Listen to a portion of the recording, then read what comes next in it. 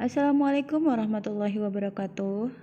Kali ini kita akan belajar tema 1, indahnya kebersamaan, subtema 2, kebersamaan dalam keberagaman, pembelajaran 1. Sebelumnya kamu sudah banyak belajar tentang indahnya keberagaman budaya Indonesia. Nah, sekarang kamu akan belajar tentang menjalin kebersamaan dalam keberagaman agama. Suku, budaya, dan agama yang berbeda tidak menghalangi Udin, Siti, Dayu, Beni, Lani, dan Edo menjalani kebersamaan.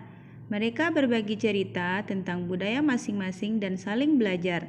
Hari-hari mereka penuh keceriaan dalam kebersamaan. Hari ini mereka berkumpul bersama untuk bekerja sama. Bekerja sama dalam keberagaman. Edo dan kelima temannya mendapat tugas untuk melakukan percobaan tentang bunyi. Sepulang sekolah, mereka berkumpul di rumahnya. Setiap orang sudah menyiapkan peralatan yang dibutuhkan. Lani dan Siti membawa beberapa kaleng yang sudah dilubangi. Udin dan Beni membawa benang kasur. Mereka berkumpul di halaman depan rumah. Keenam sekawan siap bekerja sama melakukan percobaan. Saat percobaan akan dimulai, tiba-tiba terdengar azan. Siti dan Udin meminta izin teman-temannya untuk sholat. Teman-temannya mengizinkan mereka untuk melakukan ibadah. Edo meminjamkan ruang makannya untuk digunakan Siti dan Udin sholat. Meskipun Edo beragama Katolik, ia tidak keberatan rumahnya dipakai untuk sholat. Beni yang beragama Kristen, Dayu yang beragama Hindu, dan Lani yang beragama Buddha menunggu dengan sabar temannya beribadah.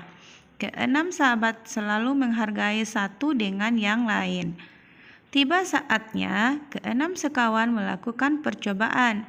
Setiap orang menunjukkan tanggung jawabnya dalam bekerja. Tidak ada satupun di antara mereka yang duduk diam atau memberi perintah saja. Semuanya ikut bagian dalam percobaan. Saat Dayu membutuhkan pertolongan, memotong benang, Udin datang membawakan gunting. Saat Edo kesulitan menalikan benang di kaleng, Siti ikut membantu. Keenam sahabat bekerja sama dengan semangat. Mereka hidup rukun, saling membantu meskipun berbeda agama. Bacalah setiap paragraf dan tulislah gagasan pokok dan gagasan pendukungnya. Gagasan pokok dan gagasan pendukung, apakah kamu semua masih ingat? Mari kita sama-sama membahasnya.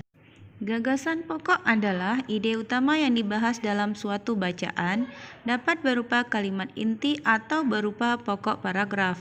Sedangkan gagasan pendukung adalah uraian atau tambahan informasi untuk gagasan pokok. Mari kita perhatikan paragraf pertama. Edo dan kelima temannya mendapat tugas untuk melakukan percobaan tentang bunyi. Ini dinamakan dengan gagasan pokok. Sedangkan kalimat sepulang sekolah mereka berkumpul di rumahnya sampai dengan kalimat terakhir, keenam sekawan siap bekerja sama melakukan percobaan adalah merupakan gagasan pendukung. Di sini dapat kamu lihat bahwa gagasan pendukung merupakan penjabaran dari kalimat. Edo dan kelima temannya mendapat tugas untuk melakukan percobaan tentang bunyi. Nah, sekarang kamu sudah bisa membedakan mana yang gagasan pokok dan mana yang gagasan pendukung. Setelah melakukan percobaan tentang perambatan bunyi, Edo dan sahabatnya juga belajar bersama tentang sumber bunyi. Mereka membaca buku yang menyatakan bahwa telinga bisa mengetahui sumber bunyi. Ayo kita buktikan dengan melakukan percobaan. Di manakah bunyi?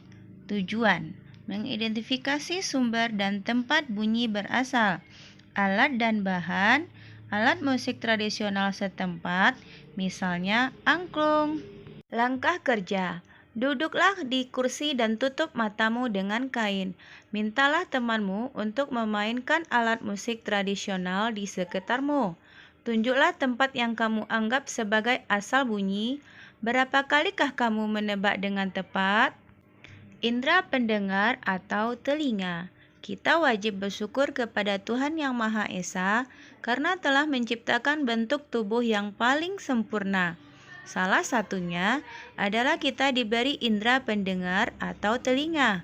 Dengan menggunakan indera ini, kita bisa mendengar berbagai suara, seperti kicauan burung, suara air mengalir, dan musik.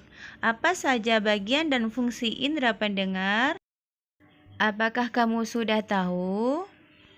Bagaimana telinga merasakan getaran? Semua bunyi membuat udara bergetar. Getaran bunyi mengenai gendang telinga yang berupa selembar kulit tipis. Saat itulah gendang telingamu juga mulai bergetar. Getaran dari gendang telingamu menjadi lebih besar di telinga tengahmu dan diubah menjadi pesan-pesan listrik di telinga dalammu. Dengan indera pendengar, kita dapat mendengar bunyi-bunyi yang berbeda. Keanekaragaman bunyi yang berasal dari tempat ibadah dapat pula kita dengarkan. Segala macam bentuk bunyi berasal dari benda yang bergetar. Getaran dari suatu benda akan mengakibatkan udara di sekitarnya bergetar. Getaran tersebut menimbulkan gelombang bunyi di udara. Benda-benda yang bergetar dan menghasilkan bunyi disebut sumber bunyi. Bunyi dapat merambat melalui benda padat, cair, dan gas. Akan tetapi, bunyi tidak dapat merambat pada ruang hampa. Kesimpulan, tadi kita sudah belajar yang pertama, mengidentifikasi keragaman sosial, ekonomi, budaya, etnis, dan agama. Yang kedua, mencermati gagasan pokok dan gagasan pendukung yang diperoleh dari teks lisan, tulis, atau visual. Yang ketiga, menerapkan sifat-sifat bunyi dan keterkaitannya dengan indera pendengar. Nah, semoga bermanfaat ya. Selamat belajar dan assalamualaikum warahmatullahi wabarakatuh.